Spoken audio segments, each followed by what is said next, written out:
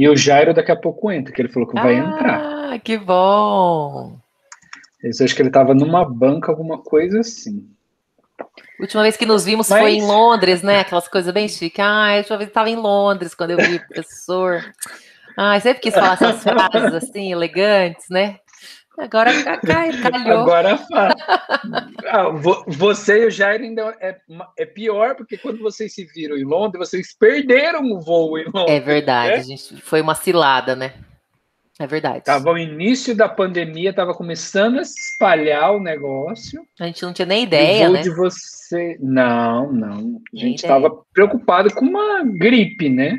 É. A gente estava bem preocupado.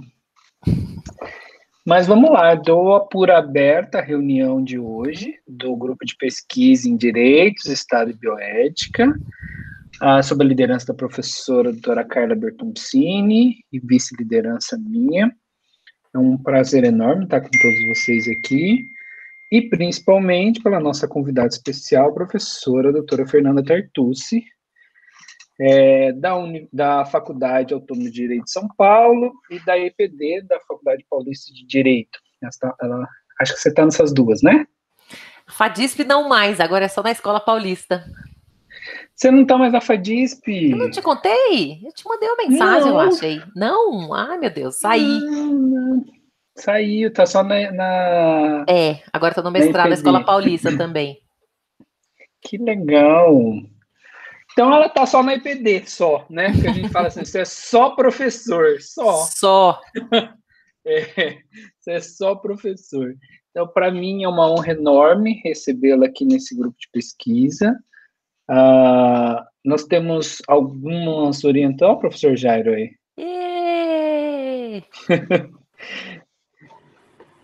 Nós temos algumas orientandas que pesquisam mediação, e eu vou passar a palavra à professora Carla, para ela poder conversar um pouquinho com os alunos, e aí ela já passa a palavra à professora Fernanda. E o professor Jairo de supetão aqui, porque eu falei para ele que se ele não aparecer, você vai ficar bravo com ele. Professora Carla. Bom, boa noite a todos e a todas. Quanta honra, duas celebridades aqui hoje. Em primeiro momento, agradecer a disponibilidade da professora Fernanda, em nome da Universidade Estadual do Norte do Paraná, o nosso muito obrigada, Fernanda, pela disponibilidade, por estar aqui conosco nesse final de tarde, início de noite, né? Num período de excepcionalidade, não é isso? Onde esses encontros, ora virtuais, que um dia possam ser presenciais, não sei se em Londres, juntamente com o Jairo, mas pelo menos em Jacarezinho, né, Jairo? E agradecer aqui a participação também do Jairo, primeira vez, salvo engano, que vem aqui com a gente. Que honra também, viu, Jairo? Viu? Os meus sinceros agradecimentos aí a todos. Tá joia? Volta a palavra ao professor Luiz. Professor Jairo queria dar um oizinho. Bom, boa tarde a todas e todos. Desculpe aí interromper o trabalho de vocês. Boa tarde, professora Carla, professor Luiz Geraldo, aos pesquisadores do grupo. Eu passei especialmente para dar um oi para vocês todos e, de forma muito especial, um oi para a querida professora, amiga Fernanda Tartucci, com quem tive o privilégio de estar o ano passado. Acredito que vocês estão muito bem acompanhados nessa tarde. Dizer para ela que estou com muitas saudades e não vejo a hora de estarmos reunidos de novo, novamente. Que bom, obrigada, Jairo, muito bom. Tava lembrando aqui, né, nossa viagem maravilhosa para Londres, para Dublin, Limerick, né? Enfim, tomara que possamos estar juntos. Vai ser Brasil, né, gente? Nas próximas jornadas nossas vão ser brasileiras, com certeza. Mas é bom também curtir, né? Terras Brasílias. Então, vamos ficar aí com o lado bom. Não vamos ter que desgastar em viagem. Acho que foi um bom tempo. Então, tá bom. Já passo a palavra à professora Fernanda, que é um grupo de pesquisa que é novo, recente. A gente vai fazer um ano ainda. E a gente se propôs a ter reuniões mais fechadas com os pesquisadores, mestres, mestrandos, doutorandos, doutores, e agora nós temos uma chamada aberta para pesquisador externo e para graduandos da UEMP, mas ainda eles só vão participar na próxima reunião, porque ainda não fizemos as avaliações deles. Então, professora Fernanda, seja muito bem-vinda à UEMP. Como diz o professor Jara, as janelas virtuais estão abertas e as portas futuramente, depois que a pandemia deixar, sempre estarão abertas para a professora. Uma honra muito grande recebê-la aqui, receber uma professora de tão grandeza como é a senhora. É difícil chamar você de senhora, né? Ah, por favor, né, Luiz? Me poupe. Mas você tem que chamar, né? Não precisa. Obrigado, tá? Está dispensado, senhora, doutora. Tá bom? Muito obrigada pela acolhida, pelo convite, professora Carla, professor Luiz Geraldo, Jair, é muito bom estar com vocês aqui. E também vocês, pesquisadoras, pesquisadores, que se interessam aí pelos melhores caminhos familiares. E quando a gente pensa em mediação, a gente não está pensando bem nos melhores caminhos, né? A gente está pensando num desvio de rota, que é o conflito. O conflito é a grande situação que leva a gente a pensar em mecanismos, e a mediação está tentando voltar para a forma mais natural de lidar com os conflitos. Então, eu quero começar dizendo isso, que os conflitos em família são muito recorrentes e muitas pessoas têm expectativas irrealistas de que os bons relacionamentos são aqueles em que não há brigas. E, na verdade, essa é uma falsa expectativa. Na verdade, todas as interações humanas vão ter divergências e, infelizmente, a forma de lidar com as diferenças nem sempre é uma forma madura, uma forma civilizada. As pessoas têm muito pouca paciência. E eu acho, essa é até uma coisa sobre a que eu quero escrever, mas não escrevi ainda, que a gente tem um problema no contexto atual, que é uma lógica meio consumista, assim. A gente vive nessa sociedade de feroz consumismo e as pessoas querem ser agradadas. As pessoas querem o tempo todo experiências proveitosas, prazerosas, e viver em família não é bem assim, na verdade. A gente vai ter aqueles tios chatos, malas. Hoje as pessoas são arrancadas do grupo WhatsApp, ou a gente sai do grupo, né, quando tá no grupo. A tolerância em relação às pessoas menos agradáveis, que a gente tinha que engolir, entre aspas, no passado familiar, né? Ah, a avó quer que todo mundo se reúna, tem que ir lá, aquele tio mala vai ficar falando aquelas besteiras. A gente sabia que isso ia acontecer, mas pela avó, pela grande matriarca, a gente aceitava, não era assim? Então, muitas famílias tinham essas convivências, aqueles almoços de domingo, tal, às custas dos patriarcas, matriarcas, enfim. E com o tempo, né, isso foi diminuindo, cada vez mais as pessoas com essa possibilidade de viajar, de estar longe. O exercício da tolerância, no sentido de tolerar não no sentido negativo, eu tolero você, mas no sentido de aceitar as diferenças, né, de, enfim, perceber que nem sempre é agradável, mas faz parte da família. Acho que isso tem diminuído um pouco com essa visão um pouco utilitarista das relações, né? A gente tem essa perspectiva de que a gente quer o tempo é valioso, a gente não quer perder tempo ou gastar tempo com pessoas que não são tão agradáveis, interessantes. Só que viver em família envolve alguns vínculos, né? E às vezes essas diferenças de gerações vão trazer olhares diferentes. Então, a gente é muito rápido, por exemplo, nessas conversas, nas falas, e a gente pega uma pessoa de mais idade que gosta de conversar vagarosamente, que tem um ritmo que nem sempre a gente está acostumado, fala, nossa, mas a avó tá até agora nessa frase, não terminou ainda, né? Não terminou, né? Então, eu acho que esse é um ponto importante. Aí eu quero indicar um livro para vocês que tem exatamente um conflito de uma avó com uma neta. O livro chama Conversas Difíceis. Vocês conhecem esse livro? Conversas Difíceis? É um livro bem legal, é para quem gosta de pensar em abordagem de conflito, de comunicação mais eficiente, e começa um conflito somente por causa disso, uma avó brigando com a neta, ou a neta brigando com a avó, porque a avó não queria mudar o colchão dela, e estava com problemas nas costas, e a neta falava, vó, a senhora tem que se livrar desse colchão, e aí começou a ter um conflito entre a avó e essa neta, a neta achando que a avó era cabeça dura, que tava ficando gaga, demente, que absurdo, quer dizer, já desrespeitando aí, né, a autonomia da avó, e, enfim, pressupondo que ela estaria mal, e a avó inconformada com a grosseria da neta, que menina mais desaforada, enfim, e aí o conflito fica nessas posições, né, e aí o que o livro vai ajudar a gente a pensar assim, mas vão aprofundar essa análise, para quê? Por que tem esse conflito sobre, né, o que está por trás desse apego a esse colchão, e o que está por trás dessa postura da neta, e aí numa conversa separada com a avó, né, uma outra parente perguntou, ela falou, mas esse colchão é a última coisa que restou do vô, meu marido morreu, deu tudo, mas esse colchão, eu ainda tenho visão afetiva sobre esse colchão. Então, ela tinha um apego fundado nessa visão afetiva do colchão, mas a falta de uma conversa bem feita gerou aí uma intolerância e esse conflito, né, que era simplesmente uma visão diferente, mal, vamos dizer, enjambrada, mal cuidada, vai escalando, aí o conflito vira realmente um conflito maior. Então, acho que esse é um ponto importante quando a gente pensa em conflitos familiares, eles irão acontecer. Esse é um ponto, sem expectativas irrealistas de que as relações familiares vão ser meigas, fofas, todo mundo feliz, alegre, não. Isso é irreal. E aí a forma de endereçar esses conflitos. Então, uma vez eu vi um texto de umas psicólogas dizendo que a grande diferença para você ver a qualidade do casal era como eles lidavam com o conflito. Então, assim, o pressuposto todos os casais brigam, discutem, têm diferenças, mas os bons casais são aqueles que conseguem conversar. Poxa, o que aconteceu? Por que está assim? Eu me senti assado. Então, elas publicaram um artigo, depois eu até vi onde que eu postei no Instagram, né, era um artigo que eu vi acho que na Cielo, bem interessante sobre isso, sobre como os casais endereçam, né, e como que isso pode resultar numa dinâmica familiar melhor. O fato é que as pessoas, então, vão ter essas diferenças, o dia a dia das famílias geralmente é bem atribulado, então falta tempo para dedicar a essas conversas. Então, essas conversas difíceis, como a desse livro, muitas vezes vêm da falta de profundidade na análise. E a gente vive uma época de profundidade nas abordagens ou uma época meio rasa e imediatista? O que vocês acham?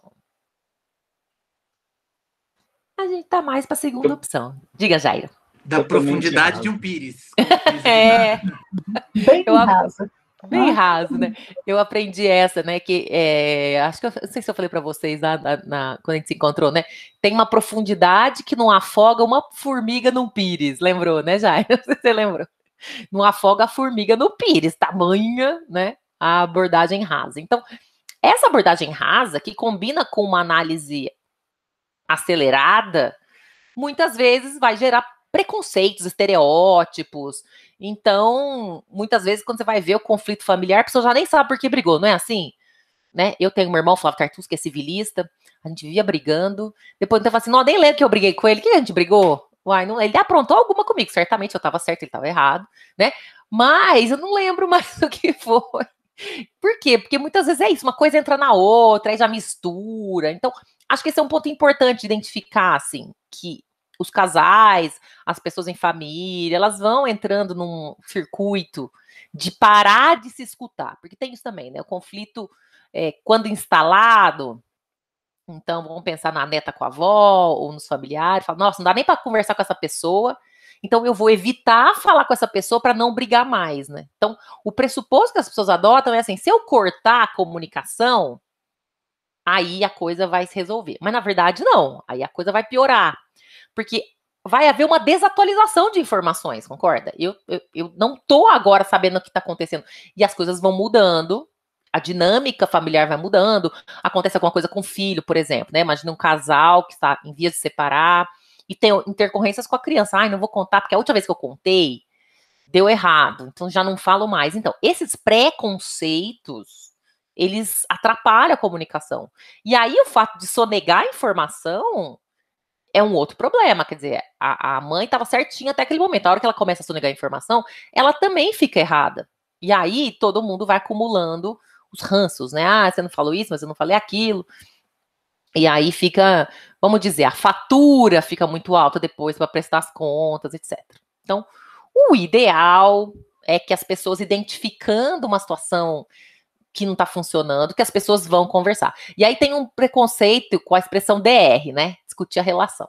Ah, não, DR não gosto de DR. Então, na verdade, é necessária a DR, a discussão da relação, sempre que identificar que tem alguma coisa ali que soa mal, né? Que não tá caindo bem. Porque se você vai acumulando, aquilo vira mágoa, mal entendido, o silêncio ele significa alguma coisa. Quer dizer, se a pessoa não reage, a outra fala, bom, então eu posso fazer isso que a outra pessoa não manifestou. Ninguém sabe o que a pessoa calada quer. Então, eu acho que esse é um ponto importante. A gente vai ter situações de conflitos em que as pessoas vão cortar a comunicação.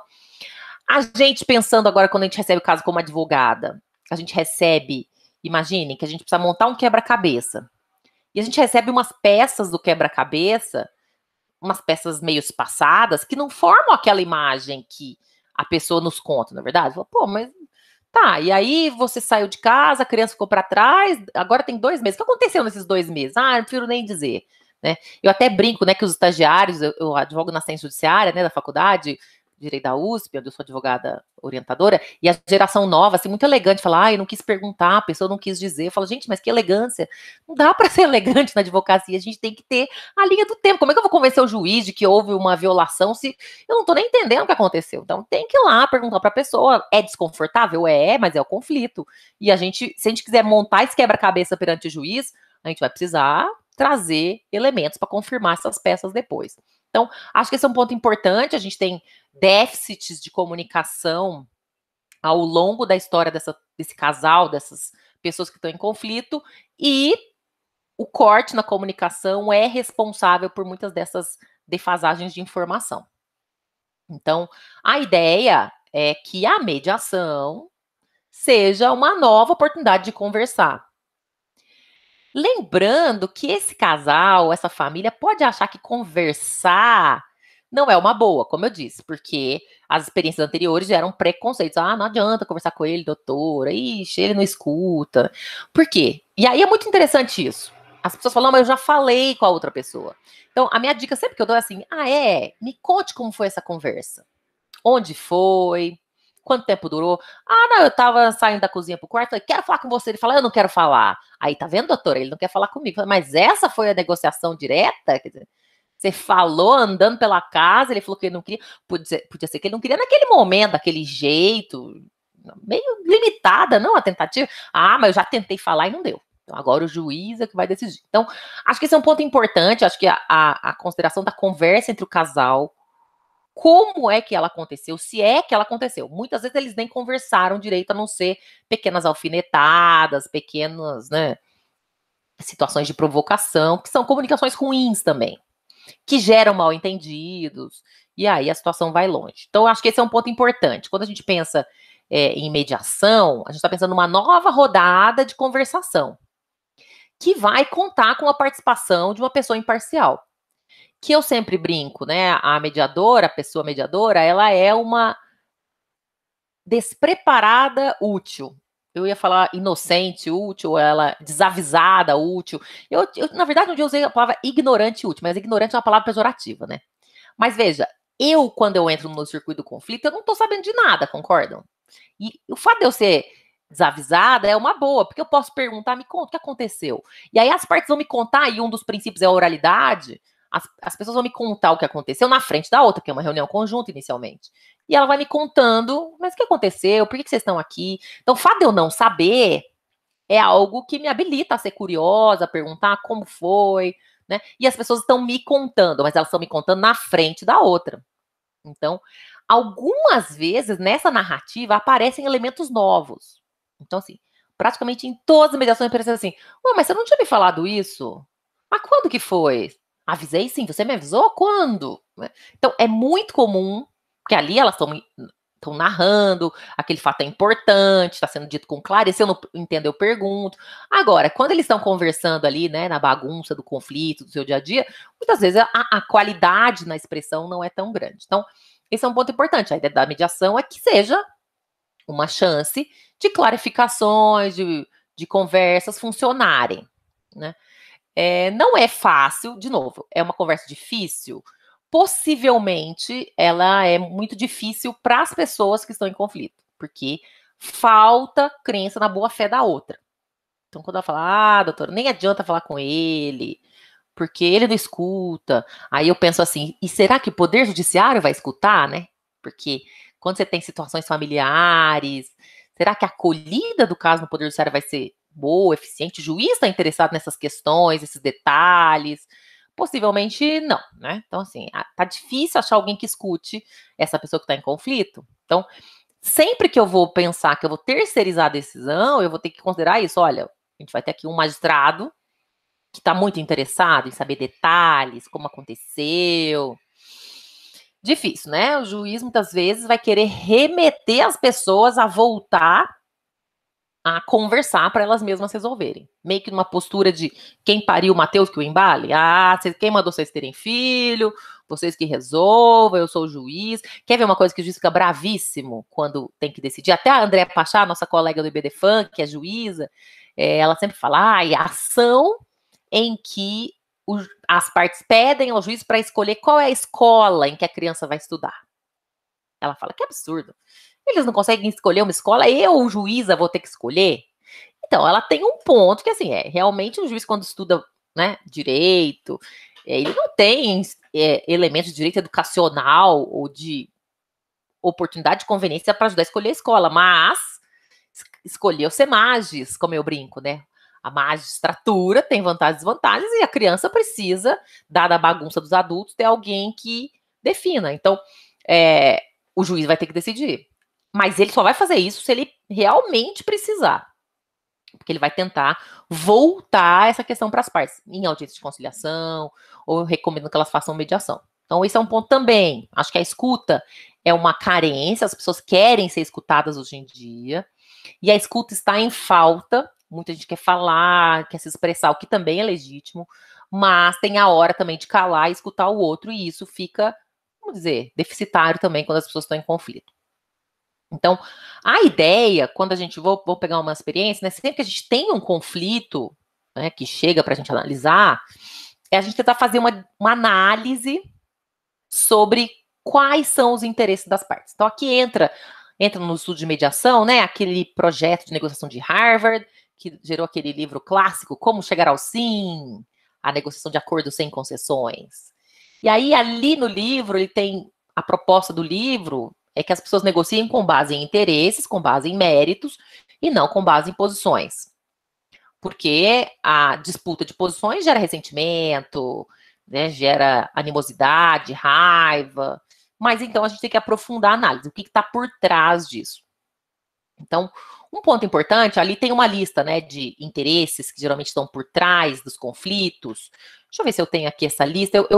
Eu brinco que sempre que eu tenho uma situação de conflito, de família, que seja, eu sempre olho para essa lista, porque ela é uma lista que ajuda a gente a identificar, né, os desejos, as preocupações subjacentes. Mas acho que eu não coloquei aqui, não, deixa eu ver. Mas vamos falar então sobre isso. O que as pessoas geralmente externam, né?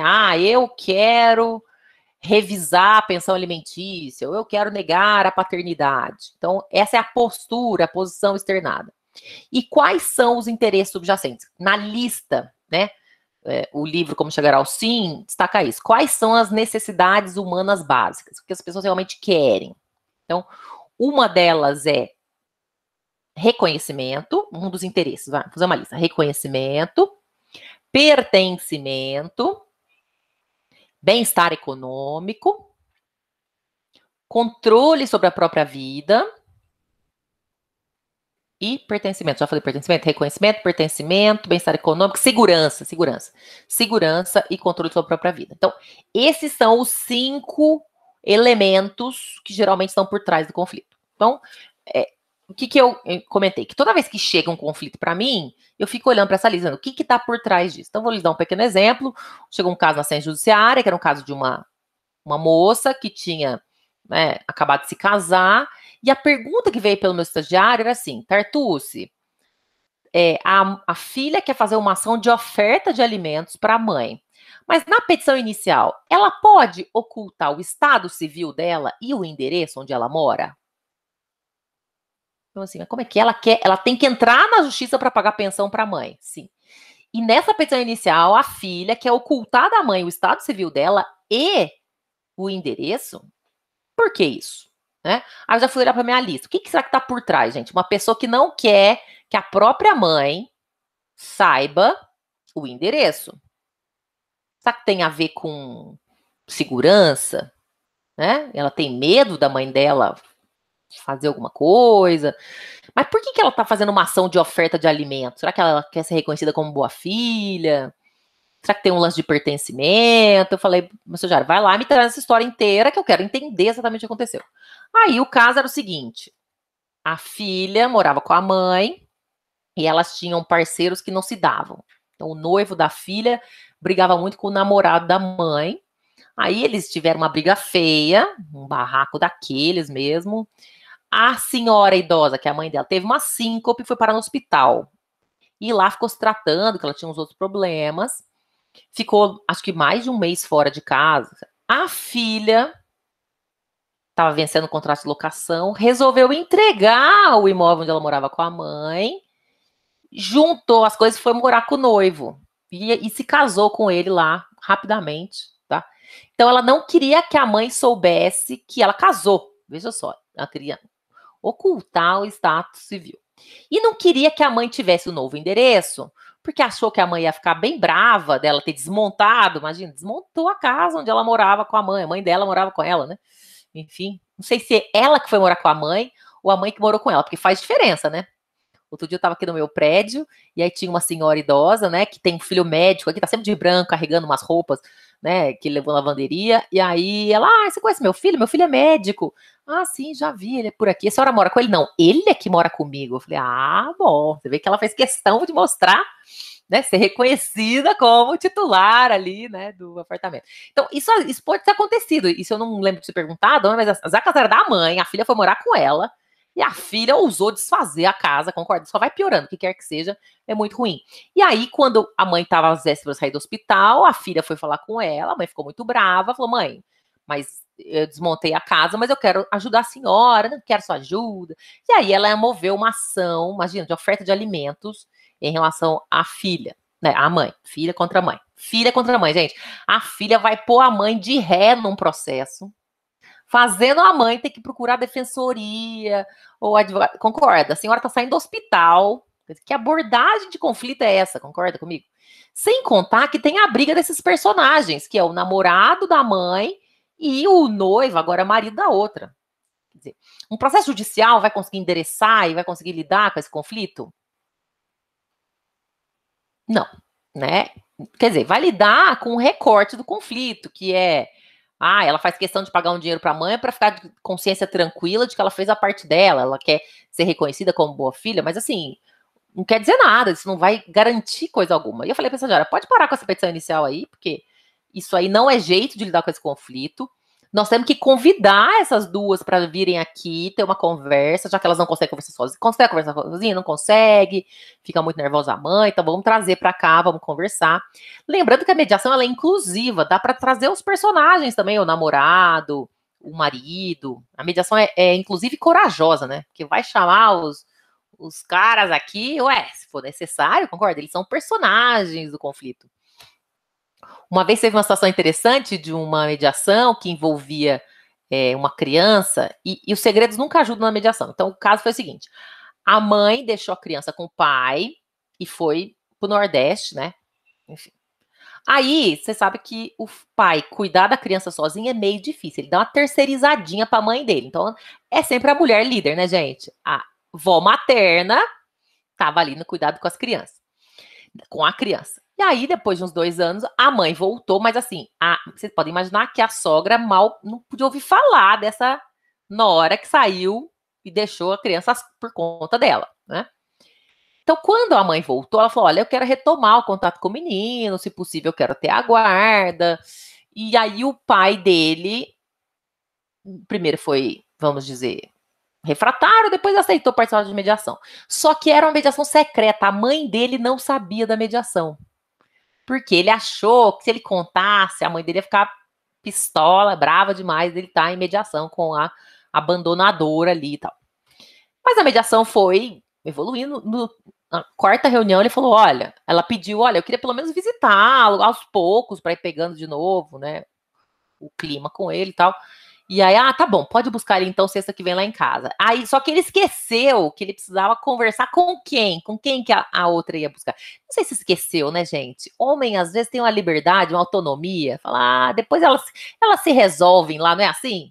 Eu vou arrumar pra minha cabeça. Chegando lá, elas se viram. Não sei se foi isso, tá? Ele disse que ele esqueceu de avisar a mãe dele que a mãe da criança ia buscar a criança. Bom, ela achou que era sequestro, concorda? Sequestradora, quer roubar a criança. Enfim, foi um frege, foi um horror, porque foi um escândalo. Não, mas eu combinei com seu filho que combinou nada, ele não me falou nada. E aí vocês podem imaginar que próxima reunião de mediação foi inteira sobre isso, sobre a falta de comunicação, sobre o fato dele ter piorado o relacionamento com a sogra, dela ter passado por todo esse escândalo, a criança viu aquilo, enfim. Então, acho que esse é um ponto importante. Aí vem assim, mas poderíamos convidar a sogra para uma mediação? Eu acho que a sogra é uma personagem importante. Concorda? É ela que cuida da criança. É ela que está na gestão do dia a dia com essa criança. É ela que ficou afetada. Ela foi diretamente impactada por essa situação. Se eu fizer uma mediação muito bem feita entre o pai e a mãe da criança e não incluir a avó, que é a cuidadora maior dessa criança, como é que isso vai poder funcionar 100%? Então, ela precisa também ter a chance de falar, de ser escutada, de entender se mudou essa lógica, como mudou essa lógica e como que ela vai se inserir nesse novo quadro. E esse é um ponto importante. Às vezes, gente, a própria avó tem percepções de que para ela tá ficando pesado cuidar da criança, né? Porque vai crescendo a criança, ou a criança é muito pequena e os cuidados físicos são altos, ou a criança está crescendo e vai ficando mais difícil, mais geniosa. A gente já teve situações, eu já tive situações também que a gente trouxe a mediação familiar, esses dois casos, né? O pai e a mãe caíram na vida e a criança ficou com a avó, e aí eles voltaram querendo retomar com a criança, né? No começo a avó não confiava, mas no final ela falava, eu acho que a criança precisa ir vivendo com os pais, porque eu não vou viver para sempre. A minha saúde já não tá uma beleza, então vamos fazer uma coisa gradual. Apesar da resistência inicial, ela entendeu que ela também precisaria, né, contar com uma rede maior para ficar com essas crianças também. Então, mas isso é importante dizer, isso não é de cara perceptível. As pessoas vão ter seu tempo para lidar com o conflito, porque tem fases de raiva, tem fases de, né, vamos dizer, de dificuldade de lidar com a situação, que são muito impactantes também. Então, com relação a isso, eu quero falar um pouco sobre isso, né, que eu estudei, na verdade, pensando no luto, e aí eu vi que a gente sente isso muito nos conflitos de família também, que é aquele modelo das 5 fases da perda, ou 5 fases do luto, da Elizabeth Kübler-Ross. Ela foi uma médica suíça, que lidava, ela era psiquiatra, inicialmente, acho que na Inglaterra, não, lá na Suíça, mas ela casou com um americano, né? Mas ela trabalhava no hospital, acho que na área da psiquiatria, e ela começou a identificar que tinha alguns pacientes terminais, que tinham grande vontade de falar, mas os médicos, eles escondiam esses pacientes, porque nenhum médico queria aceitar que ele tinha um paciente que estava à beira de morrer, como se fosse uma incompetência dele. Como assim? Não, meu paciente não morre. Então, o que eles faziam? Eles enfiavam nos cantos dos hospitais e não davam voz para essas pessoas. E aí ela, no livro, né, que ela conta sobre a morte e morrer, ela conta isso, que um dia ela estava no hospital e ela começou a conversar com um paciente que era terminal e ele tinha muita coisa a dizer e ela começou a perceber, poxa, onde estão esses pacientes? E ela começou a dar voz, levava eles para falarem para enfermeiros, para enfermeiras. E aí, claro que ela foi muito xingada, que ela era exploradora de moribundo, como assim? Você tá morrendo, você tá explorando. Mas no final ela desenvolveu um projeto, ampliou, né? Era uma chance de humanização. A gente tá falando, gente, da década de 60. Então existia um pouco mais de ignorância em relação ao tratamento, né, tanto médico como a própria apropriação, a própria aplicação humanizada. Tinha muito aquilo de esconder, ainda tem, né? De esconder diagnóstico. Vocês estão aí em bioética, né? Vocês sabem melhor que eu. Conta ou não para a pessoa que tem uma doença grave que ela tenha doença grave, né? Então, esse ponto da decisão informada, eu acho que é um ponto muito sensível. A gente também tem isso na mediação, né? A pessoa tem que saber as consequências do que ela está fazendo, das ações, das omissões. Ah, mas ela não dá conta, né? Em saúde se pressupunha isso, muitas vezes, né? Vou falar para a pessoa idosa que ela é terminal. Ela sabe, né? Mesmo que não se fale, ela percebe as conversas escondidas, ela fica ressentida de não ter esta situação de poder saber e conversar. Até conversei isso com você, né, Luiz Geraldo, quando a gente estava conversando sobre vó, né, e sobre as demandas. E no livro também da Andréa Pachá, Velhos São os Outros, ela desenvolve isso muito bem. Qual é o maior desejo das pessoas idosas? O que elas mais querem quando chegam nessa fase da vida? Na verdade, não é muito diferente do que a gente quer, mas elas querem ser respeitadas na sua autonomia.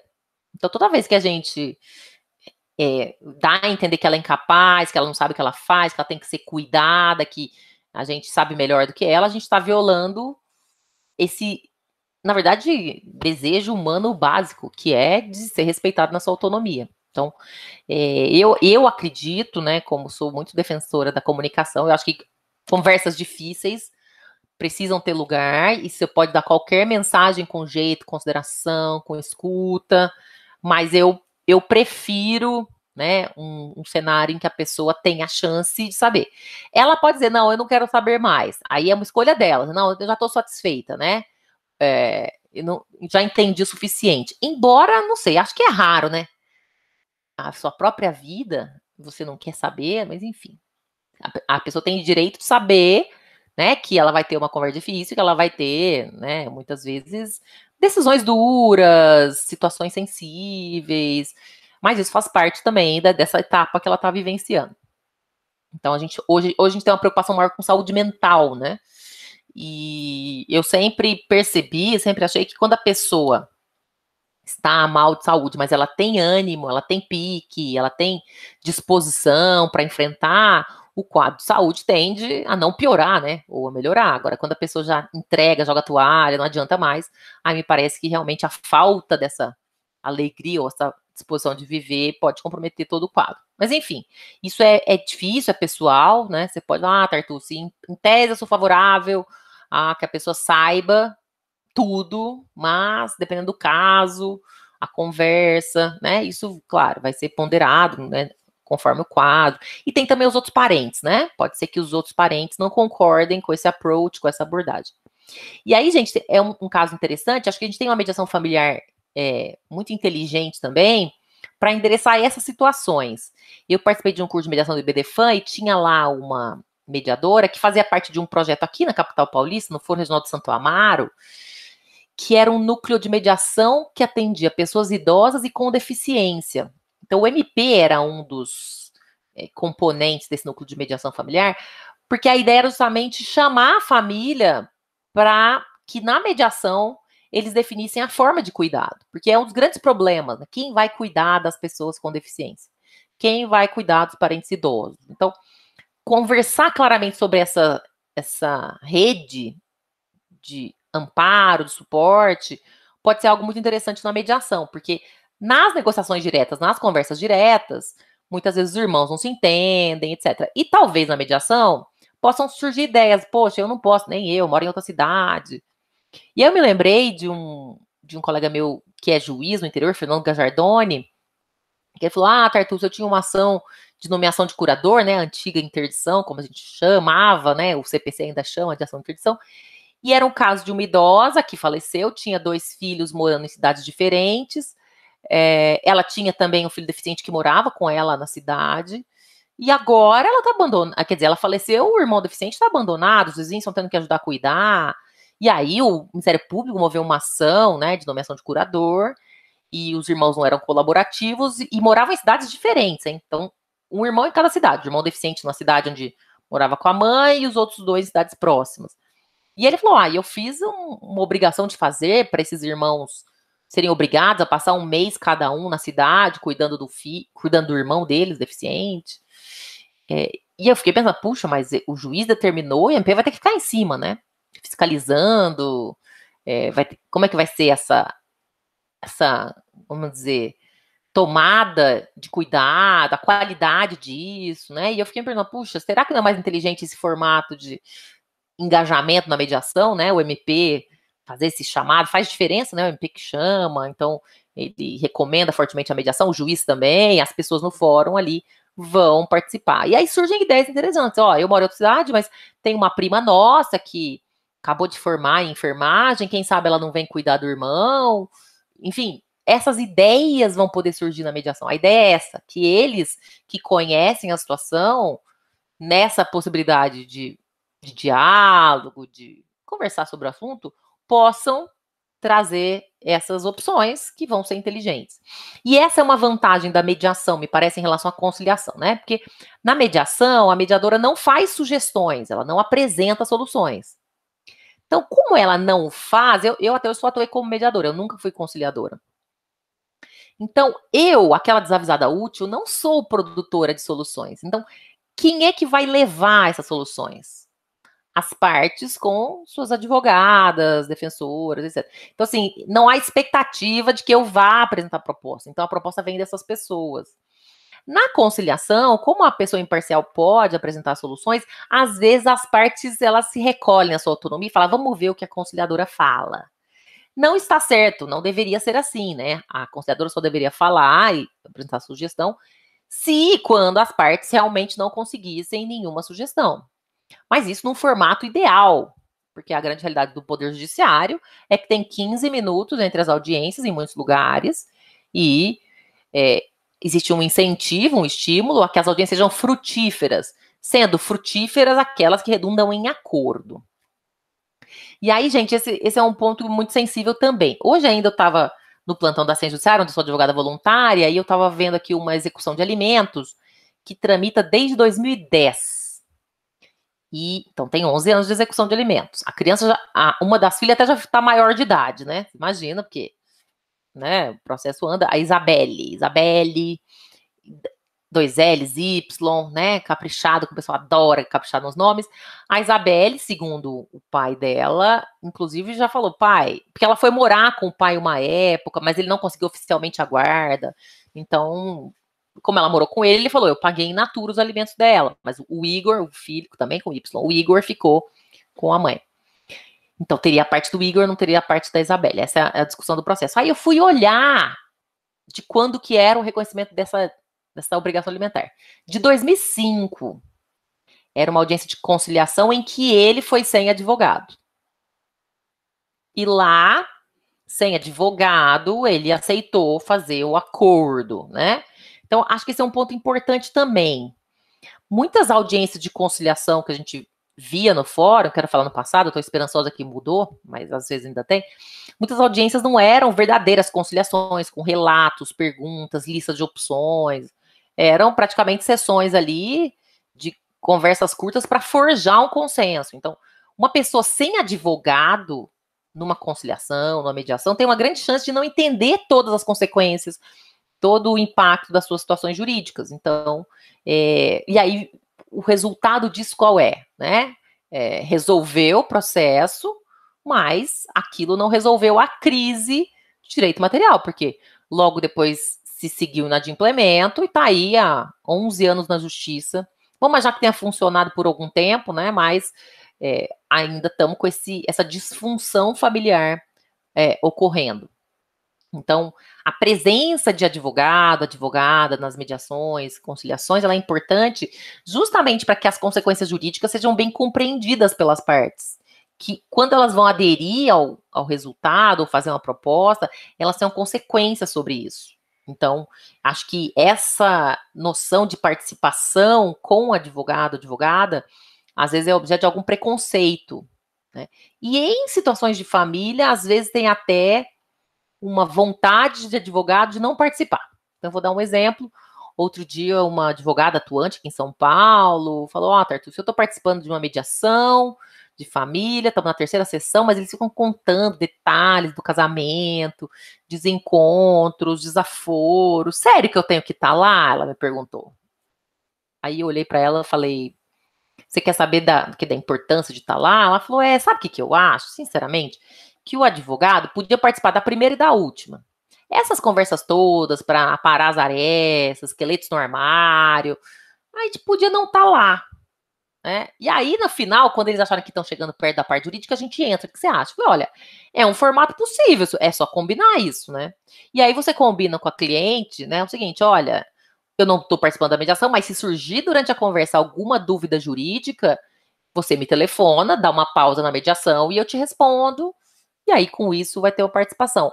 Acho que essa é uma forma possível, né? Mas desde que a parte que está na mediação diga, tudo bem, eu aceito estar sem advogado, porque às vezes não.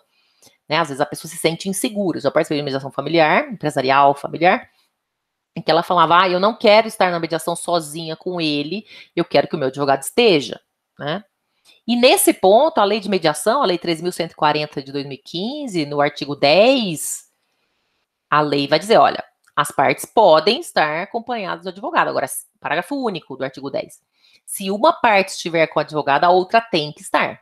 Então, o mediador tem que perguntar, olha, tô vendo aqui que você está com advogado, e o marido? Ah, o marido está sem advogado. Bom, então, desequilíbrio imediatamente identificado, a gente tem que suspender a sessão até que todos estejam devidamente representados. Então, voltem na próxima. Ou, então, a pessoa que está sem advogado abre mão do advogado para depois, né, enfim, o advogado sai e as pessoas conversam sozinhas. Não é difícil, a pessoa que está com o advogado quer que o advogado esteja, né? Dificilmente ela vai abrir mão aqui.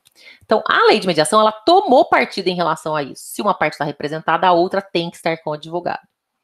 Eu até uma vez, num evento, esses eventos de enunciados, de processualistas, era até um evento de mediação, eu fiz um enunciado propondo isso, que as partes podem, de comum acordo, né, aceitar que uma parte esteja com o advogado e outra não. Porque eu participei de uma mediação, antes da lei de mediação, em que era assim, a mulher, ela não tinha muita informação, se sentia mais frágil do que o marido, mas o marido era empresário e era para combinar de solução da sociedade, porque eles eram sócios durante o casamento, e aí precisavam desfazer a sociedade. Mas ele conhecia muito bem, e ele já tinha gastado muito dinheiro com advogado nos processos judiciais, ele não queria gastar com a advogada na mediação, e ela queria.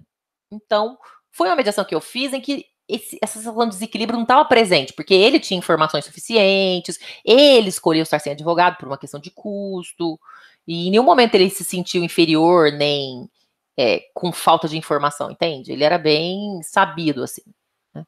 Então, eu até falei, bom, pode ser que em alguns casos, né, esse desequilíbrio não seja tão determinante, mas no final das contas, eu propus esse enunciado, que a parte poderiam combinar, né, a parte poderia abrir mão de advogado se ela quisesse, mas não foi aprovado. O grupo de especialistas de mediação falou, não, Tartucci, essa escolha da lei pressupõe desequilíbrio, então a interpretação é, se uma está com a advogada, não participa, se a outra parte não tiver.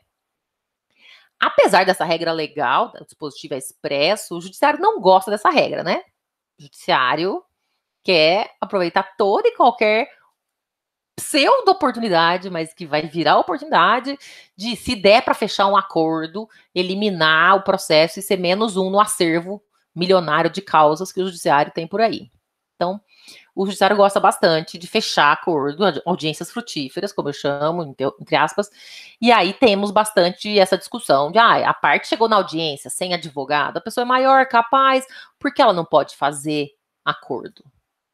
Ela não pode fazer acordo, gente, porque processualmente, eu sou de processo civil, né, uma lição básica, para poder atuar no processo, que é um instrumento técnico, a pessoa tem que ter capacidade postulatória, que só é fornecida pela atividade advocatícia do advogado, a não ser nos casos de juizado especial, as exceções legais que dispensam, porque é um instrumento técnico, o processo tem, né, aspectos técnicos, a pessoa renuncia ao direito de recorrer, a pessoa assume obrigações ali, e muitas vezes ela não tem nem vocabulário para entender, porque cá entre nós, o juridiquês, que é usado nas audiências, é uma linguagem excludente. Então, volta e meia, a gente vê situações assim, a pessoa saiu da audiência, eu não entendi direito, né? Uma vez chegou assim na Centro-Judiciário, o cara dizendo o seguinte, olha, eu participei de uma audiência ano passado, eu não entendi direito, ele devia um salário mínimo de alimentos. E aí, chegou lá, o juiz fez a proposta, não, faz o seguinte, esquece a dívida passada, você vai pagar só um salário mínimo daqui para frente. E aí ele falou, mas eu não tô conseguindo pagar um salário mínimo. Aí o promotor falou, mas é muito bom, hein? Vai te perdoar aqui o quê? 18 mil? Falou, não, essa parte é boa. Então você acha bom? Eu falei, não, eu acho bom, moço, mas eu tô aqui porque era uma revisional, eu acho, né? Eu não tô conseguindo pagar um salário por mês. Era execução mesmo, era verdade, não era revisional. Mas eu não tô conseguindo pagar um salário. Não, mas é o seguinte, a dívida passada fica para trás, perdoada, e fica para frente. Gente, tudo errado, né? Como é que vai perdoar o passado? O promotor concordou, tá renunciando aos 18 mil dessa criança. E como é que ele vai continuar devendo um salário mínimo se não resolveu nada, concorda? É um acordo ótimo. Para quem? Para quê? Para acabar com aquela audiência? O efeito imediatista? Então, e aí a gente, juridicamente, tem uma bomba, né? Porque você vai fazer uma ação anulatória de acordo uma semana depois. O que mudou de lá para cá? Uma ação anulatória porque ele está sem advogado. Mas aí tinha promotor, tinha juiz, está dizendo que ele foi induzido em erro, que ele foi enganado. Uma vez a gente fez uma ação anulatória assim, lá na Centro Judiciária também, e aí a gente alegou coação, que na audiência o pai aceitou, Aí o juiz assim, diga à parte quem promoveu coação sobre ele. Falei, saia justa, né? E agora? Vou falar que foi o juiz, foi o promotor, né?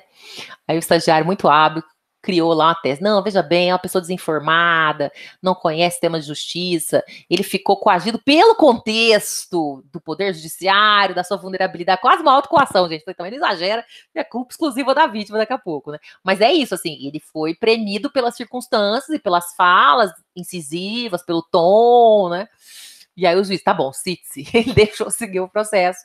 Mas veja, é difícil até isso, né? Você tá acusando o próprio poder judiciário de uma prática, né, errada, mas tem muito, eu acho que até esse tema de ação anulatória de acordo é um tema que eu daqui a pouco vou precisar pegar, tá na minha lista, eu tenho uma lista aí de temas para analisar, mas ele, em princípio, tá aí na lista esse tema. Mas é um tema importante, acho que o consenso genuíno, com decisão informada, ele vai exigir a presença da advocacia, ou da defensoria pública, etc.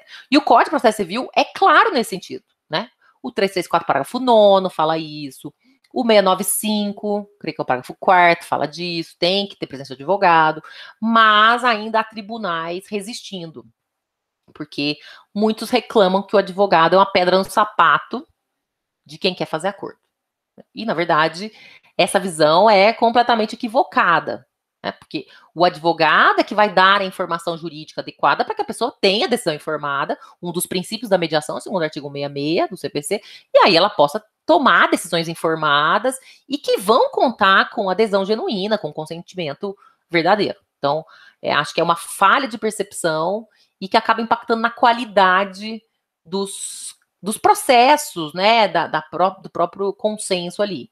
E eu vou começar a observar isso. Quantas execuções de alimentos em que eu atuo, né, na ciência judiciária, são de pseudo-acordos, como eu chamo, porque, na verdade, não são acordos de verdade. Acordos de verdade são trabalhosos, demandam tempo, escuta, e o judiciário talvez, né, não esteja envidando os esforços para que isso realmente aconteça.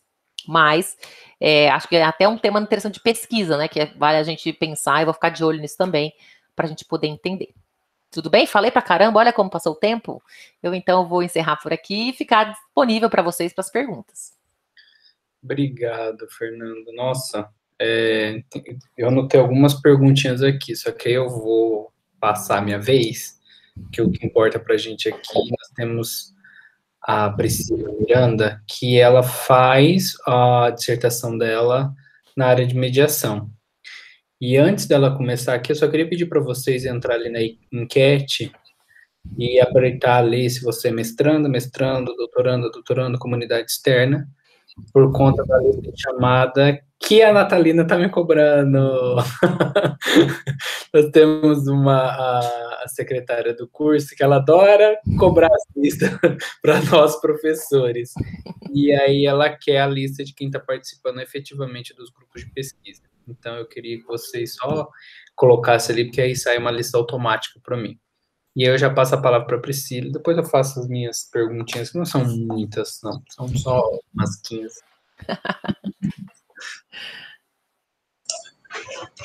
Bom, olá, boa noite, professora Fernanda, boa noite, professora Carla, professor Luiz, boa noite a todos e todas, me ouvem bem?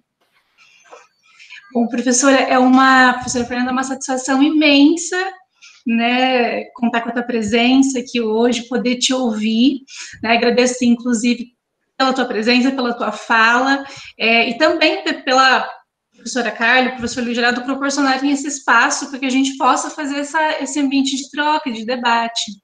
Bom, professora, o tema da minha dissertação é a mediação familiar no âmbito judicial para conflitos em que há violência doméstica. E aí eu tenho algumas perguntas e gostaria de ouvi-la. A professora mencionou, né, na sua fala, como que muitas vezes o judiciário às vezes delimita, né, a mediação, a primeira porta, a audiência de mediação, de conciliação do 695 ali, né, quando o conflito é familiar, e que muitas vezes é delimitado em um tempo de 15, 20 minutos, né, para que isso faça na prática. E meu questionamento, professora, o que muda da mediação no ambiente fora, né, e da mediação no âmbito judicial, quando a gente traz ali esses limites que são colocados tanto pela lei de mediação, quanto pelo CPC, até mesmo, acho que o artigo 1º ali da lei de mediação, ele menciona que, ao definir a mediação, ele coloca que o foco é na resolução da controvérsia. Então, existe espaço para se trabalhar os conflitos subjacentes, para além da controvérsia? Existe espaço para a gente abordar, conciliar as modalidades ali de mediação, a modalidade transformativa, né? Tudo isso no ambiente judicial, professora? Como que você enxerga tudo isso? E muito obrigada novamente. Olha, muito legal. Obrigada pela pergunta, ótima pergunta. Então, eu acho o seguinte, o recorte de espaço e tempo da audiência de conciliação e mediação com 15 minutos, ou que seja 1 hora, assim, é muito complicado, que num caso marcado por violência, e hoje em dia, praticamente, não sei, eu tenho recebido algumas consultas, tem muita violência em altos níveis, né, violência econômica, violência moral, violência psicológica, gente, assim, como as relações, né, vivem essa disputa de poder, de imposição, enfim, é triste de ver. Então, alguma violência é capaz que tenha, né?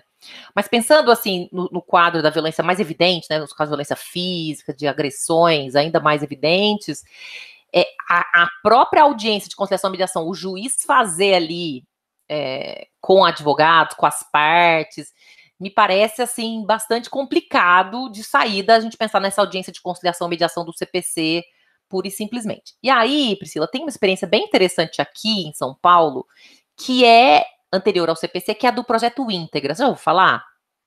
Já, né?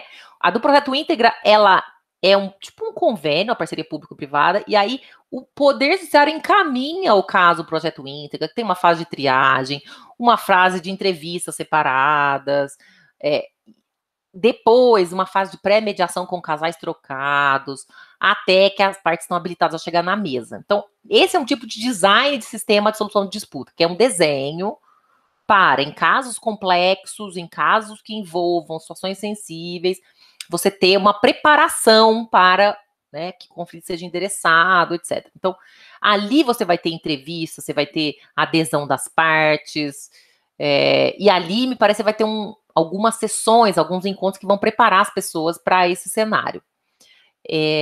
Aqui em São Paulo, não sei se você se lembra daquela notícia, a Priscila é super antenada, deve saber, mas a gente teve um caso famoso daquela juíza que num fórum aqui, foi feita de refém pelo marido agressor, quase pôs fogo no cabelo dela. Lembram, né, desse caso? Lembra, Priscila, desse caso? Não? Nossa, um caso que causou muito escândalo. Era uma audiência de violência doméstica, o agressor pegou essa juíza pelo cabelo. Quem é bom de internet, gente, coloca o link aí pra gente mostrar pra Priscila aí, que ela ficou refém, tem imagens, né, do agressor segurando o cabelo dela e ameaçando por fogo no cabelo dela, da juíza, né, na audiência. Então, enfim, teve um super acontecimento, isso depois mudou a própria rotina de segurança das pessoas no fórum, acho que foi no fórum do Butantã aqui, um fórum regional do Butantã aqui. Olha, até já encontrou aqui, o Luiz Geraldo encontrou, né? Tá mesmo. 2016, é isso mesmo, faz uns 5 anos já, nossa, enfim. E aí é isso, e aí, assim, esse episódio, que era, veja, era uma juíza estudiosa, enfim, que, né, depois ela apareceu mostrando que ela era uma pesquisadora de violência, mas que ela acabou sendo exposta a um cenário, concorda? Uma juíza, o agressor, ele ficou rançoso pelo fato de ela ser uma mulher também, enfim, 2 mulheres contra ele falava coisas desconexas, mas também trazia esse ódio, essa misoginia. Então, assim, eu acho que, inclusive, é uma questão de segurança para as pessoas envolvidas, todos os players, né, todos os atores dessa cena, não é só para a mulher que tem medo de ir para uma audiência. Então, eu me lembro que quando o CPC estava na Vacassulés, em 2015, eu fui para Mato Grosso do Sul, e umas defensoras públicas vieram falar comigo, Tartucci, você acha que essa audiência do 695, do Código Novo aí, vai ser obrigatória? Eu falava, não, tem uma expressão lá, se for o caso, que não é, alguns acham que foi pensada para tutela provisória, então se for o caso, dada a liminar, tem audiência, mas eu acho que se for o caso, tem que ser para filtrar, e caso de violência, a própria petição inicial vai poder indicar, olha, ela não tem condições de conversar, ela tá numa situação amedrontada, ela tá desempoderada, ela tá fragilizada e, portanto, ela tem voz para dizer, né? O 319, inciso 7 fala que a parte vai indicar a opção, né? Tô falando do CPC 319, a opção pela realização ou não da audiência. Então, ela também tem vontade relevante. Então, eu já defendi aqui não, e ela dizia, mas aqui o juiz falou que vai revogar as medidas protetivas para poder fazer audiência, que é o que a gente não quer. Ela não quer poder ser alvo de uma tocaia na entrada, na saída do fórum, né? Então, assim, minha impressão é que o investimento nos meios consensuais do código foi muito intenso, mas tem ali no artigo 3º, parágrafo 2º do CPC, por exemplo, né, norma fundamental, o Estado, sempre que possível, fomentará a solução consensual, mas sempre que possível, para mim, é uma cláusula de filtragem, então, quando não for possível, ele não fomentará, né? E aí a autonomia da vontade é muito importante para escutar as pessoas. Então, assim, eu, se fosse magistrada, ou eu, se eu fosse gestor do sistema de justiça, eu não incentivaria prodigalizar as audiências em caso de violência como descuidadamente parece que alguns fazem. Eu acho que a gente tem que pensar, né, num recorte, num design, num desenho, que seja seguro para todo mundo que participa disso. Pena de a gente acabar queimando também uma oportunidade, porque não é certeza que esse casal tem zero condições de conversar. Eles têm filhos muitas vezes, vão precisar conversar. Só que, dependendo do momento do conflito, está muito aguda, está muito inflamada a situação, porque a violência é recente, porque as pessoas ainda estão, né, muitas vezes muito afetadas, muito intensificadas nesse sentimento. Então, um projeto como o Íntegra, que tem fase de conscientização da violência, que tem, né, etapas, projetos assim vão permitir que as pessoas consigam chegar ao ponto de conversar de forma civilizada, porque vão passando as semanas, aquilo também, né, as pessoas vão se recuperando e vão entendendo a dinâmica da violência, da comunicação não violenta. Então, eu acho que, assim, é um tema mais delicado do que me parece que o judiciário muitas vezes consegue enxergar. Às vezes é um pouquinho, assim, raso, né? Coloca dentro de conflito de família uma chave que inclui, né, 1000 aberturas, mas não é. Conflitos que envolvem violência, conflitos que envolvem abuso, esses conflitos precisam ser olhados de uma forma mais delicada. Obrigado, Priscila. Alguém tem mais uma pergunta? Professora, eu teria mais uma pergunta, se possível. Professora, do tratamento do conflito, quando existe violência, é muito delicado, como você, assim, muito bem colocou. E nos casos em que existe autonomia, as partes desejam submeter esse procedimento, a professora entende que é necessário que o mediador tenha um tipo de formação específica para conflitos que envolvam gêneros ou para atuar no âmbito da família, porque eu vejo que ali na resolução 125 do CNJ de 2010, no anexo 1, ele coloca ali alguns requisitos para o currículo, ele não exige nenhuma formação específica. O que deve ser a postura do mediador? Ele precisa de formação, ele precisa ter algum cuidado específico? Como que a professora vê isso? Essa pergunta é ótima. Assim, existe uma grande discussão, voltando um pouco mais à mediação, por exemplo, quanto o mediador tem que ser especializado na área do conflito. Então, por exemplo, é um conflito sobre propriedade intelectual. E aí as partes vão discutir uma patente. O mediador tem que ser conhecedor? Alguns dizem sim. Bom, mas ele não vai dar sugestão, ele não vai fazer análise, ele não vai trazer nenhuma abordagem concreta. Então, por exemplo, nesses conflitos, eu falo, não precisa. É até bom esse distanciamento, porque ele não vai trazer, né, elementos que possam comprometer a sua percepção de imparcialidade. Porque não adianta ele ser imparcial, ele tem que parecer imparcial, né? Então, eu acho que esse é um ponto importante, pensando no conhecimento específico sobre o tema do conflito. Qual é o problema, eu acho, dos conflitos de violência? Se é uma pessoa que estuda as dinâmicas violentas e ele já é formado, né? Então, se pressupõe que existe violência necessariamente no caso, né? E, às vezes, não há violência de verdade, tá? Às vezes você tem memórias inventadas, às vezes você tem... Então, assim, talvez já saia de um pressuposto de que existe uma agressão e isso pode gerar no próprio indivíduo que não se reconhece como violento ou que acha que isso não é violência, porque tem isso, né? Muitas pessoas violentas acham, não, mas uns tapas meu pai me dava, as pessoas dão uns tapas umas nas outras. Não, isso é violência. Então, eu só acho que tem que tomar um pouco de cuidado com isso, porque, assim, o mediador, ele tem que ser imparcial e manter imparcialidade. Então, se eu coloco como um especialista ou alguém muito, vamos dizer, focado nisso, isso pode dar a impressão para a parte que ela está sendo, vamos dizer, categorizada, classificada como violenta, né? Então, nos casos que envolvem, por exemplo, violência, né, em situação familiar, o suposto agressor, né, não é sempre assim, é sempre um suposto, porque esse rótulo de agressor, de violador, tudo isso é muito forte. Então, dito isso, acho que assim, no geral, eu acho que essa exigência de qualificação muito específica não é a priori necessária. Contudo, fazer mediação em família, em caso de violência, é muito desgastante. Assim, eu, pessoalmente, Fernanda Tartucci, eu prefiro não fazer. Eu, na minha prática, eu prefiro fazer mediação empresarial e escrever. Eu tive algumas experiências de processo de família, mas hoje eu prefiro não fazer. Quer dizer, eu já experimentei, já experienciei, já tive algumas confusões, as pessoas confundem meu papel ali, como eu tenho livro escrito, como, né, eu tenho algumas visões, querem que eu faça avaliação jurídica, eu não vou fazer.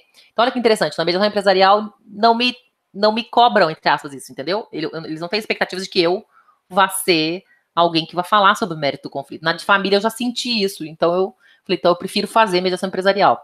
Então, eu acho que esse é um ponto importante, são mediações pesadas, né? Eu acho que seria importante que, especialmente o Poder Judiciário, porque que vai receber as pessoas, às vezes, eu acho, Priscila, de uma forma coercitiva, né? Porque uma coisa é a mediação privada, né? Você imagina que na mediação privada existe, vamos dizer, talvez um pouco de adesão do cara que quer ir, etc. Agora, no Poder Judiciário, às vezes ele vai porque ele sente uma convocação ali. Então, eu acho que nesses casos, o nível de exposição dos conciliadores, dos mediadores, é alto, e aí me parece que o Poder Judiciário deveria mesmo cuidar de fazer uma preparação, de fazer oficinas, até para selecionar quais conciliadores, mediadoras, quais que aceitam, aderem, topam, né? Porque é muito ruim quando você tá, por exemplo, outro dia eu recebi uma consulta de uma mediação de família, eu não ia fazer, de jeito nenhum, mas me falaram que era um caso tranquilo, que não tinha filhos. Né? Quando eu fui conversar, eu conversei com o marido, e aí ele me falou que a moça tinha uma resistência de fazer online, e eu conversei com ela. Quando eu conversei com ela, conversei meia hora com ele, meia hora com ela por telefone, pra gente ver se a gente ia fazer. Ela relatou tantas violências psicológicas, patrimoniais. Eu falei, gente, não tem mais caso tranquilo de família, né? É um casal que não tem filho, era uma união estável, parece que patrimonialmente eles não tinham dúvida, mas tinha todo um medo relatado. Eu falei, nossa, tá difícil, né? Então, no final não fechou, eu falei, graças a Deus, porque é carga pesada, né? Assim, a mediação que envolve violência, né? Por parte da mediadora, você tem que ter uma escuta, uma paciência, uma calma, um tempo. A pessoa chora, né? Se sensibiliza, você tem empatia, mas você também tem um lugar de distanciamento. Então, eu acho que pensando nisso, eu acho que o Poder Judiciário, sim, acho que ele precisaria que fosse destinar oficinas para trabalhar o tema da violência, porque como a violência também é culturalmente muito espalhada, né? A gente às vezes tem visões violentas, a gente internalizou comportamentos violentos de imposição, e o judiciário é um espaço de autoridade, né? Então, às vezes você tem uma imposição, assim, né? Eu já fiz curso em eu como conciliadora falei, quem fala que sou eu? Falei, que é isso?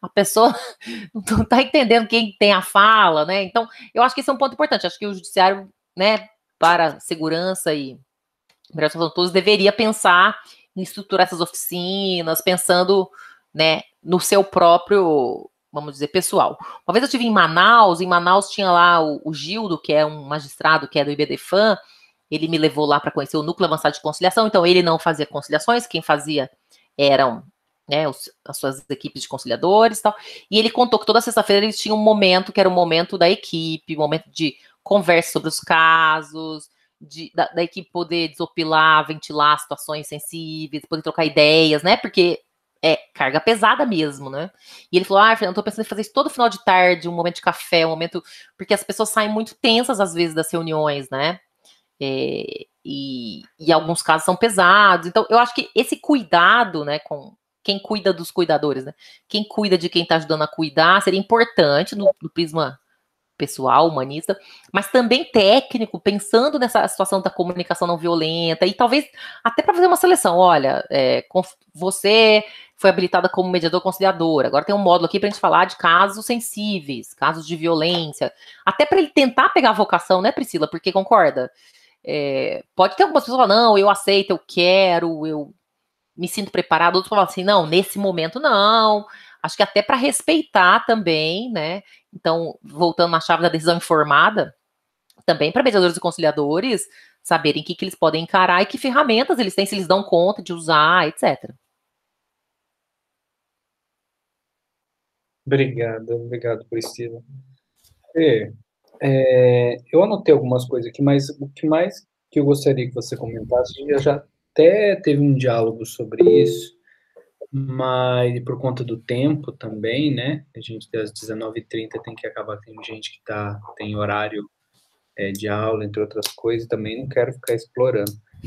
Mas quando no início da sua fala, você falou da questão das conversas difíceis, e aí nós passamos por um currículo escolar onde não se discutia mediação, onde é um currículo escolar que eu já conversei com a professora Carla, que é um currículo escolar voltado ao conflito, a gente conversou também sobre isso, e eu tive acesso a uma tese de doutorado, onde a doutoranda em educação fala sobre uma pedagogia filógena, que é o contrário de misógina, né? E ela chega à conclusão de que ser professor no Brasil, ele está tão relacionado ao fato de ser mulher, que é desvalorizado. Então, ela trabalha isso como o fato de a profissão professor é feminino, e aí ela coloca também como professor de universidade, aí é um pouco mais valorizado porque está relacionado ao homem, ela faz todo um trabalho. Mas aí, quando você começou a falar, me veio isso na cabeça de pensar assim, né? Advogado de família, a característica que vem na sua é mulher, porque mulher sabe lidar com conflito. E aí, o mediador, mulher, porque mulher sabe lidar com conflito. Você acha que a mediação, às vezes, não é levada a sério por diversos advogados, por diversa parte do judiciário, por conta do feminino? Por conta de achar que isso é uma coisa, tipo assim, DR, não vou fazer DR, DR é coisa de mulher. Homem é muito homem é prático, né? É a história ridícula de que homem é prático. Homem é prático, homem resolve na prático. E existe essa ideia aí. Já emendando isso, quando você falou da questão da autonomia de vontade, de conflito, essas coisas, o tema se encaixa muito de mediação dentro da bioética por isso, porque a gente trabalha muito autonomia de vontade, beneficência, não maleficência e justiça. Não tem como não pegar os princípios da bioética e não enfiar dentro da mediação, porque não Exatamente. você não vê o ato de mediar ali, né, todo o procedimento como parte da ética da vida. O que você acha disso, principalmente dessa questão do gênero, pensando assim? Primeiro ponto, acho que você falou da bioética, só para não esquecer, tem um tema muito bom que eu acho que tem tudo a ver, que é a acrasia, que é a autossabotagem, né? Você já tem um texto bem legal da Célia Zapparoli, você já leu, Priscila? A Priscila está reconhecendo. Que agora ela acabou de defender a dissertação de mestrado dela sobre a acrasia, que é como é que a pessoa se autossabota, né? Que eu acho que também tem tudo a ver com bioética, tudo isso.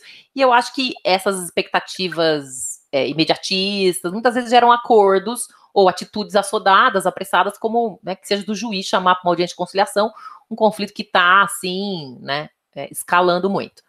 Então, eu acho que o que você falou dos estereótipos, Luiz, acho que é muito legal a gente pensar. E aí tem uma linha que, quando a gente vai estudar mediação, que fala da comediação. Então, o que muitas pessoas defendem?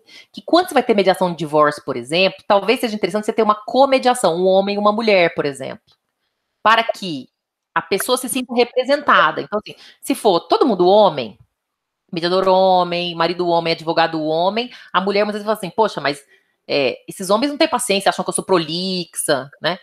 Agora, se tiver uma dupla de mediadores, um homem e uma mulher, isso é uma coisa que já dá uma representação de gênero, por exemplo. Então, uma mediação que eu fiz, a mulher falou isso. Ela tinha advogado homem, o marido era homem, que tinha um advogado homem, e tinha outro mediador homem, e ela falou assim, nossa, Fernanda, que bom que você tá aqui, porque você é mulher, você entende o jeito que eu falo. Eles me olham, às vezes, como se eu, ai, que saco, ela não para de falar. E você, eu sei que você me entende. Ela verbalizou isso, achei curioso, que era uma coisa que eu tinha lido nos livros, eu falei, será que faz muita diferença? E ela falou com todas as letras, né? Então, eu acho que esse é um ponto importante. Acho que considerar a comediação é uma coisa que pode ajudar para que esses estereótipos de base, tipo, é uma conversa de homens, é uma conversa de mulheres, etc. A advocacia familiarista, ela realmente atrai muita mulher, né? Aqui em São Paulo também tem homens advogados, né? Os grandes centros a gente tem mais de tudo, né? Mas eu acho que, assim, o mais importante que é o pior estereótipo que a gente tem para mediação, eu acho que é a comparação com a pseudo-conciliação, né? Assim, eu sinto que o problema de gênero, eu acho que merece ser pesquisado, eu acho que você tem um ponto aqui, porque os estereótipos a gente sabe que impactam em tudo, mas na experiência que eu vejo hoje, como a conciliação era mal feita, era pseudo-conciliação, e as pessoas acham meio queimada essa conversa, entendeu? Tipo, mediação, vem com mimimi de conciliação, isso é farsa, isso é forjado. Então, esse preconceito com a mediação por causa da conciliação, que inclusive é fundado porque o judiciário fez muita besteira com a conciliação, forjou, forçou, mandou as partes abrirem mão de honorários, enfim. Acho que isso tá na conta do judiciário, inclusive. O pessoal fala, a advocacia não é preparada, o advogado tem ranço da mediação. Por conta de quê? Vários fatores. Como você falou, formação, mas também por más experiências que o judiciário trouxe ao forçar a barra, tirar a voz do advogado. Tinha, na minha época de recém-formada, gente, o advogado era retirado da sala. Caso de família, por exemplo, quando a gente levava lá no divórcio consensual, o juiz falava, saiam os advogados, quero falar só com as partes. Que isso? Como saiam da sala? Eu sou advogada dela, pra ver se eu tô forçando ela, que isso? Você pressupõe que eu sou bandida, que eu forcei ela a vir aqui pedir o divórcio? E como assim? Veja que desrespeito com a advocacia, né? Então, o próprio judiciário tem aí uma fatura longa aí de situações de abuso de poder, de desrespeito, e hoje, né, assim, é uma vingança de muitos, assim, eu não aceito conciliação, não vou aderir, o juiz não vai me obrigar a fazer acordo, e não tem como obrigar mesmo, né? Então, eu acho que isso conta. Agora, eu acho que tem um ponto interessante, assim, existe essa ideia de estereótipo de que a mulher é cuidadora, né, que a mulher escuta, que, como você falou, a mulher sabe lidar com conflito, e aí eu acho que as mulheres são naturalmente bem atraídas para lidar com mediação e conciliação, porque vamos dizer, se sentem mais pacientes, né? Quando eu às vezes mostro vídeos de mediação, o pessoal fala, nossa, que paciência, eu não tenho paciência para ser mediadora. Como é que escuta? Como é que recolhe? Como é que ajuda a fazer a lista, né? Então, parece que a paciência também é um atributo, muitas vezes, desse lado cuidador feminino aqui. Mas na minha impressão, ainda não é, vamos dizer, um estereótipo tão impeditivo assim. Agora, com relação à comediação, por exemplo, no TJ do Rio tem comediação empresarial sempre. Por quê? Eu fui perguntar para umas mediadoras, não, empresarial, eles põem comediação, 2 mulheres, né? E por que em família não põe, né? Por que empresarial põe e em família não põe? Porque, assim, no modelo do Canadá, né, que eu conheci, eles tinham uma palestra informativa sobre mediação, né, em caso de família. Assistir essa palestra informativa era requisito para poder mover a ação de divórcio. Então, um homem e uma mulher, uma pessoa da área da psicologia, uma da área de direito, dizendo, olha, vocês estão aqui porque vocês têm um conflito de família e vocês vão ter que criar novos parâmetros. Então, vão ser 2 casas, 2 orçamentos. Como é que vocês vão discutir os valores? Como é que vocês vão endereçar tudo isso? Já conversaram? Não conseguem conversar? Então, se vocês quiserem, o Estado canadense oferece até 5 sessões gratuitas de um mediador, uma dupla de mediadores, enfim, para ajudar vocês a conversarem. Se vocês não quiserem, tudo bem, tá aqui a guia, podem entrar com a ação na justiça, mas se o juiz achar que vocês têm que conversar, vocês vão ter que pagar pelas sessões de mediação. Então, tinha também um incentivo, né, de não querer pagar, claro, e aquilo de saída. E o que relatam é que tinha uma adesão muito grande, mais de 80% topava tentar essas conversas, porque tinha sido conscientizado sobre a importância, mas você veja, era um desenho bem feito, né? Um homem e uma mulher, uma pessoa da psicologia, uma pessoa do direito, quer dizer, e aí a decisão informada e a adesão eram diferentes, né? Agora, aqui, que nível de informação que existe? Ah, a pessoa não sabe nada, põe na lei que é obrigatório, o povo tem que ir. Né? Mas com que qualidade? Então, é isso. Mas a sua questão do gênero, acho que ela é interessante. Acho que dá para ficar pensando um pouco mais nela. Vou refletir também, ver se eu encontro uns casos interessantes aí. Beleza, obrigado. A Ana Paula quer fazer uma pergunta, a última, por causa da questão do tempo. Obrigado. Obrigada, professor Luiz. Professora Fernanda, muito obrigada pelas suas palavras. Eu queria fazer não é a minha área, família não é a minha área, definitivamente, eu acho muito interessante, mas eu trabalho com direito do trabalho. E a gente vive para conciliação e para mediação. Tá?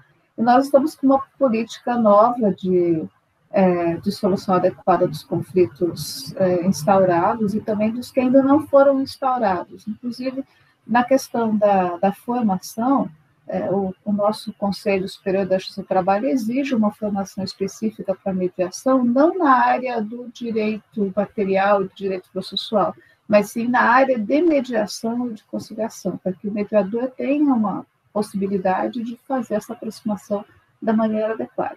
E agora eles estão com uma novidade, né, que é uma mediação pré-judicial, né, que a gente tem discutido se na mediação extrajudicial, no caso da mediação trabalhista especificamente, o trabalhador, que é a parte mais fraca nessa relação, por ele não ter uma condição econômica de contratar o advogado com a mesma capacidade que o empregador, muitas vezes, né, se ele, numa mediação extrajudicial, ele não ficaria alijado da própria, de uma defesa contra ele próprio, por conta da necessidade que ele tem de financeira e tudo mais.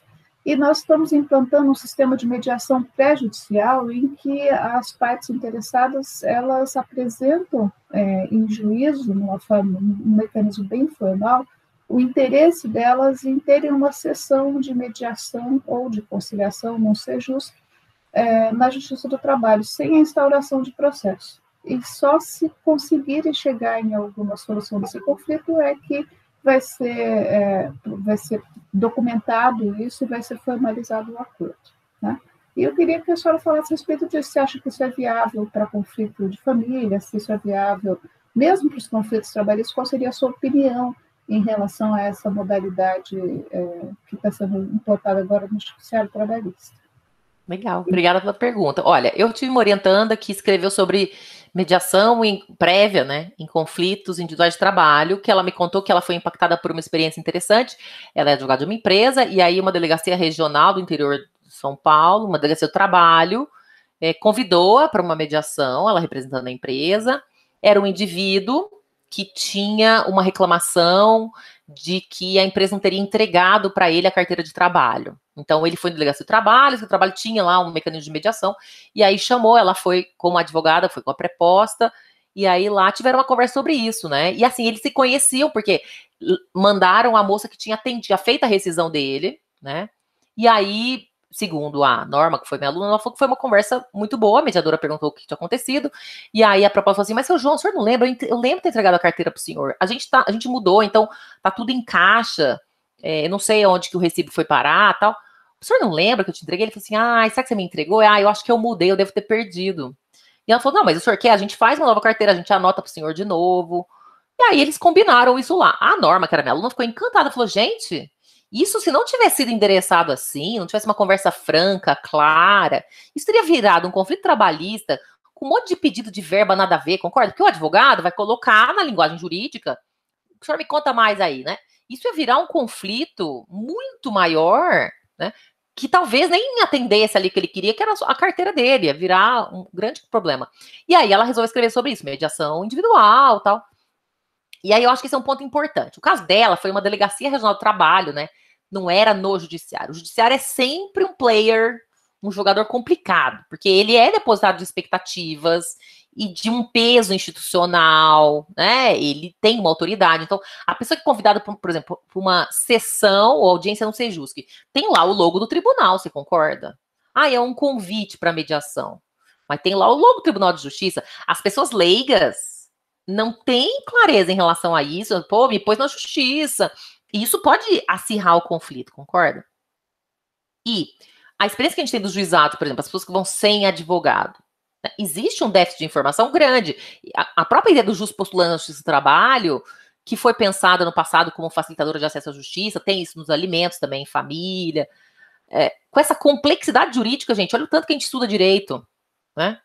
A gente tem um monte de decisão, a gente tem um monte de normativa dos tribunais. A gente mesmo que é do direito fica atordoado com um manancial de informações, de mudanças de visões.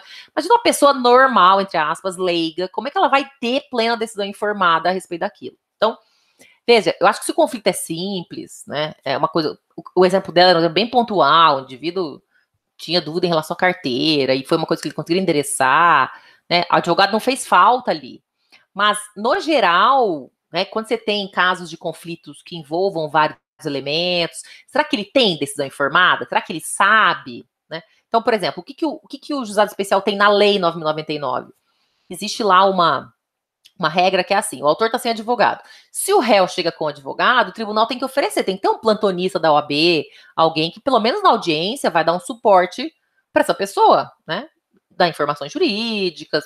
Então, eu acho que, sinceramente, eu acho que essa deveria ser uma preocupação do tribunal.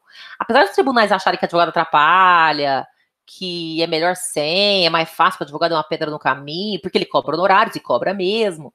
Eu acho que você qualifica a adesão ao mecanismo e você qualifica a adesão ao consentimento mesmo, ao consentimento genuíno mesmo. Porque, senão, você vai tendo um monte de acordo homologado e depois vai virar essas execuções, entendeu? Assim, você tá só empurrando para debaixo do tapete. Então, acho que o judiciário tinha que falar, chega, esse negócio de dispensar advogado. E eu sei que isso tá na contramão, porque o CNJ vai, né, ter normativo falando que não precisa. E aí, eu acho que tem uma confusão. Até no meu livro de mediação eu falo disso. Pré-processual, dentro do CEJUS, que o CEJUS chama Centro Judiciário de Solução de Conflitos. Não é judicial, forma título executivo judicial, tem um juiz homologando. Isso não é judicial. Ah, é pré-processual. É pré-processual, mas é dentro do judiciário. Eu defendo que o que acontece no Sejusc é judicial, porque é um centro judiciário. Tem fé pública, tem logo. Se homologa vira título judicial, como uma sentença. Então, sinceramente, para mim, tem que ter advogado, porque você está formando um título. Né? E depois, a minha experiência também, Ana Paula, quando eu vejo uns títulos...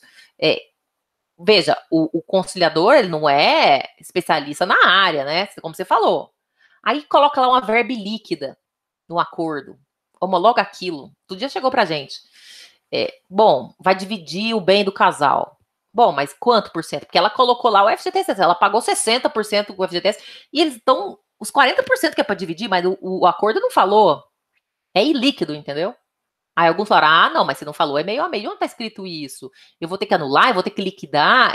Tem outros problemas jurídicos que vêm dessa técnica, porque eu tô formando um título executivo, isso é coisa grande. Mas assim, homologa aí, depois a gente vê. Então, tem uma amiga minha de Minas que tá preocupada com isso também, que o MP não tá sendo manifestado, sendo ouvido. Eu acho que o Sejusc, ele é muito interessante, mas tem que ser melhor pensado nesses detalhes. Obrigada, professor. Obrigado, então, Ana Paula, a todos aqui, Francis, Ednei, Priscila, Franciele, Marina, Elisângela, acho que eu chamei todo mundo, né? O Jairo teve que sair por causa de uma orientação, ele avisou aqui. Então, professora Carla, eu dou por encerrado a reunião de hoje. Imensamente grato, professora Fernanda, muitíssimo obrigado por compartilhar de forma muito didática e muito humana. Eu sempre falei isso para você, eu gosto muito da forma com que você humaniza o direito e que você coloca ele num patamar assim, que faz a gente refletir cada vez mais sobre a humanidade do direito, coisa que a gente acha que um processualista é todo instrumentalizado do direito, né? A gente tem essa visão.